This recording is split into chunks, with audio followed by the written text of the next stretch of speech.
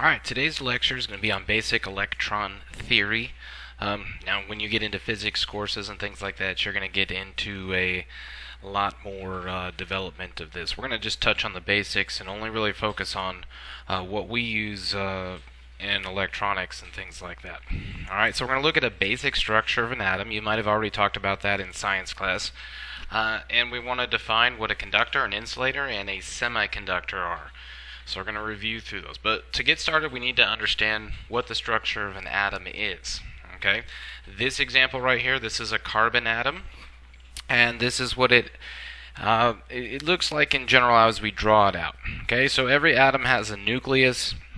It has protons, neutrons, electrons. It has orbits.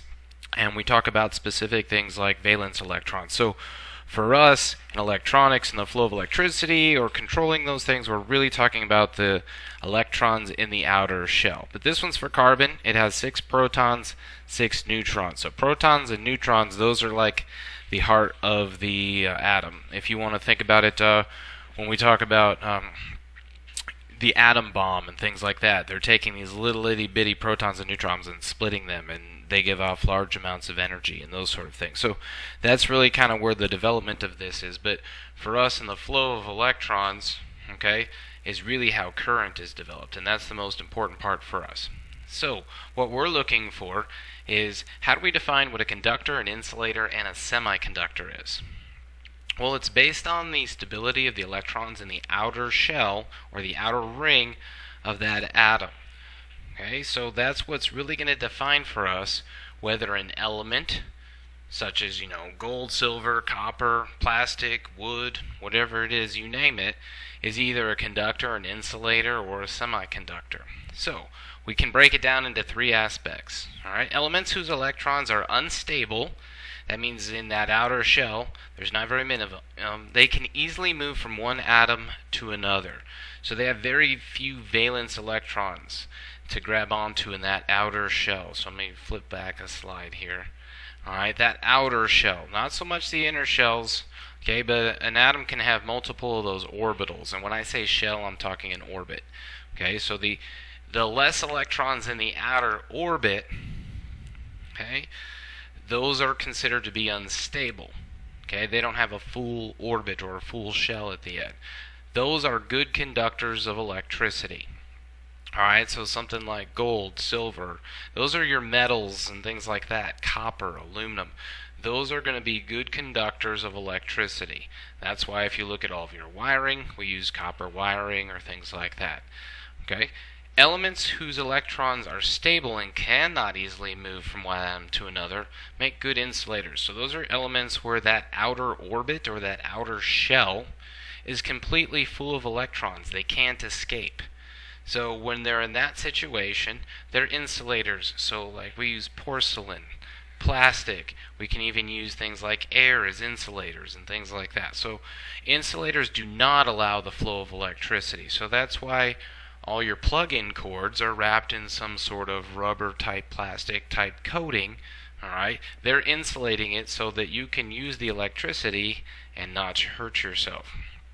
Alright, anything that's not a conductor or an insulator is called a semiconductor, which means it has properties of both, and its outer shell is neither full nor empty. So like, let's call that the glass is half full in that scenario when it's a semiconductor. So those are very, very important for us. That's where we do all of our electric switching and things like that. So our transistors, very, very, very important in that aspect.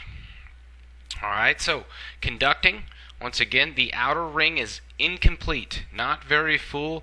That electron can move very loosely out there as it's orbiting around the atom, and we get a bunch of those together, then we can move electrons. Okay? Electrons moving freely are good conductors. In most part, we consider most metals to be good conductors. Silver and gold. Gold is the best conductor of electricity. We obviously can't use it in everything we do because of the cost of gold, because it's a precious metal. But all of your computer chips are actually made with gold.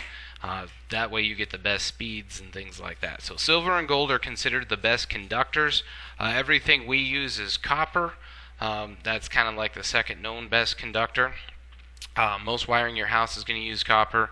It's less expensive than gold and silver, and that's kind of the main reason, and some other precious metals. Now, some people are going to argue about aluminum. Aluminum's also a pretty good conductor. However, aluminum gets very hot. So back in the 1970s, early 80s, they started doing homes with a lot of aluminum wiring instead of copper wiring, and homes were burning down. Because aluminum just gets very, very hot. So when I say aluminum, like your aluminum foil or things like that. But if you ever have the choice to use aluminum wiring or copper wiring, please always choose copper wiring. It can handle it and it doesn't get as hot. Does it still get hot? Yes, absolutely. But aluminum is a bad choice. So if you have anything that has aluminum wiring, rewire it with copper. Okay? But just remember, silver and gold. Gold is the absolute best conductor for electricity. Let's take a look at silver and copper and what their electrons look like. Or not their electrons, but the actual atoms of them. Alright? And we look at how many orbits they have going on. Remember, from the periodic table, you're going to talk about this in chemistry and know about all the different number of orbits or shells that these different elements have. So silver is an element. The symbol for silver is Ag. Copper's an element. The symbol for copper is Cu. So, if we take a look, there's different orbits. I'm going to look at silver first. Okay? We have the nucleus, which is considered, we got our protons and neutrons in there. And then as our orbits go out, we have a specific number of electrons that are in orbit.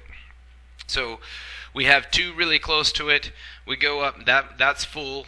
Then the 8's full, 18, those are full. And then silver has 1 electron in that outer shell. 1. Not very full. That's what makes it a very good conductor. There's very few electrons out there. So what that means is that electron, they can bounce off of each other. They want to jump. They want to try and leave because they want to try and elements want to have a full outer orbit. Okay, so that electron's going to try to leave and it's going to bounce off the other electrons. And that's actually how current flows, is the electrons in the outer orbit or the outer shell bounce off of each other rapidly, and that's what creates electron flow. So when you plug in your cord for electricity, that's really what's happening. And that also creates heat because of friction. Alright, so there's physics playing behind this, chemistry playing behind this, everything we need for electricity to work. Okay, look at copper. Its outer shell also only has 1 electron out there, which means it can freely move. Makes it a very, very, very good conductor. Let's move on to insulators now. When you have a complete outer ring, so where silver and copper had 1 out there, these other elements are going to have a complete outer ring, which means they don't want their electrons to move. They want to hold their electrons tight. Okay, so when their electrons are held tightly, they are not good conductors of electricity, and we use them for insulators. Okay, so good examples of insulators: plastics, glass, rubber, even paper can be. Okay, it's probably not the best. Or air. When we use air, I'll explain that when we talk about a Tesla coil or things like that. Most of the time what we're doing is we're using plastics, though, for our insulators, okay, or silicons or things like that. Okay, but silicon goes both ways, so don't think that silicon is strictly an insulator. It's also conductor, and we're going to get to those in a second. Alright, but plastics probably our most common insulator. Same with porcelain and things like that. Alright, but in very, very strong electrons tied to that nucleus. Okay, if we look down here, we have neon and argon. Those are gases. Those are also very good insulators and are often used in light bulbs. So when you see neon lights, okay, we have those different gases. You know, we're insulating that, but that gas gives off that glow that you're looking at. But they're technically insulators. That's why they're in a sealed bulb. Okay. So, if we take a look at neon and argon, for example, the outer shell is full. And there's a specific number of shells or electrons that have to go into each element. I don't have each element memorized. You're going to do that in chemistry. and what makes it completely full and what makes it completely empty. Well, obviously empty if there's nothing out there or there's one, but I don't remember how many electrons have to be in each orbit. You're going to learn that one in chemistry. Okay? So, this is what makes them stable, is having a full outer orbit. So that's why they are considered good insulators. Insulators meaning they do not conduct electricity. Most important one out of all of these, I would say, that has changed all of our electronics, okay, is a semiconductor. Okay, that's where the outer orbit, outer ring, the valence ring, whatever, valence shell, however you want to call it, it's called, multiple things here, is not completely full and not completely empty. This is the cup half full scenario. So, the best examples, we use carbon. Okay, and we talked about carbon a little bit when we talked about resistors. So how they change the carbon properties changes the resistance value of that resistor. How much current it allows to flow. What is current? Current is the flow of electrons. So carbon can limit how many of those electrons are allowed to flow because of the shells in its elemental structure, okay, or atomic structure. Silicon, very, very, very important. Same way, right? It's not half empty, or it's right in the middle, right? It's not completely empty, it's not completely full. It's a perfect semiconductor. We can use it for multiple uses. We use it in solar power, all right? So we're able to do different things with negatives and positives, and we'll get into that a little bit more in the advanced electrical courses we'll take. But silicon, we use it in all of our transistors. And transistors, as we learned in a previous lecture, those are what we use for electrical switching and those sort of things. We use it to make logic gates that we're going to talk about, AND gates, OR gates, inverters, all those different things. So those are different properties. We use transistors to actually make those logic gates. I was just talking about the AND gates, the OR gates, the inverters, those sort of things. But it goes into all that. Silicon, very, very important. That's why Silicon Valley, right, in California, it's very, very important. That's where they do a lot of, making semiconductors and things like that for different electrical purposes. So let's take a look at both of these. Okay, carbon. Notice we have two orbits. Well, the first orbit's full. It has 2 electrons. The second orbit is half full. It should have 8, right? 8 would make it full. It has half of 8, which is 4. So that's why we know it's a semiconductor. If we look at silicon, okay, we're going back looking at silicon. The outer shell should have 8 if it was full, but it only has 4. That's what makes it silicon, all right? But since it only has 4, it's half full, all right? It's a semiconductor. So please remember the atomic number for carbon, or the atomic symbol, not the atomic number. The atomic symbol for carbon is C, and the atomic symbol for silicon is Si. Those are important, very important in chemistry. We don't need to focus too much on the symbols and things like that, but I really want you to understand the atomic structure or the electron theory behind, whether we have a conductor, an insulator, or a semiconductor.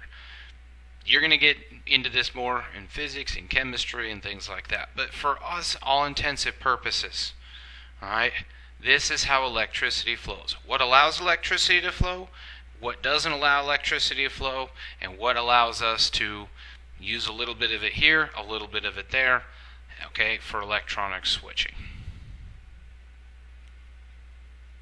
After this, you'll go ahead and take your lecture survey. Not survey, lecture quiz. Sorry about that.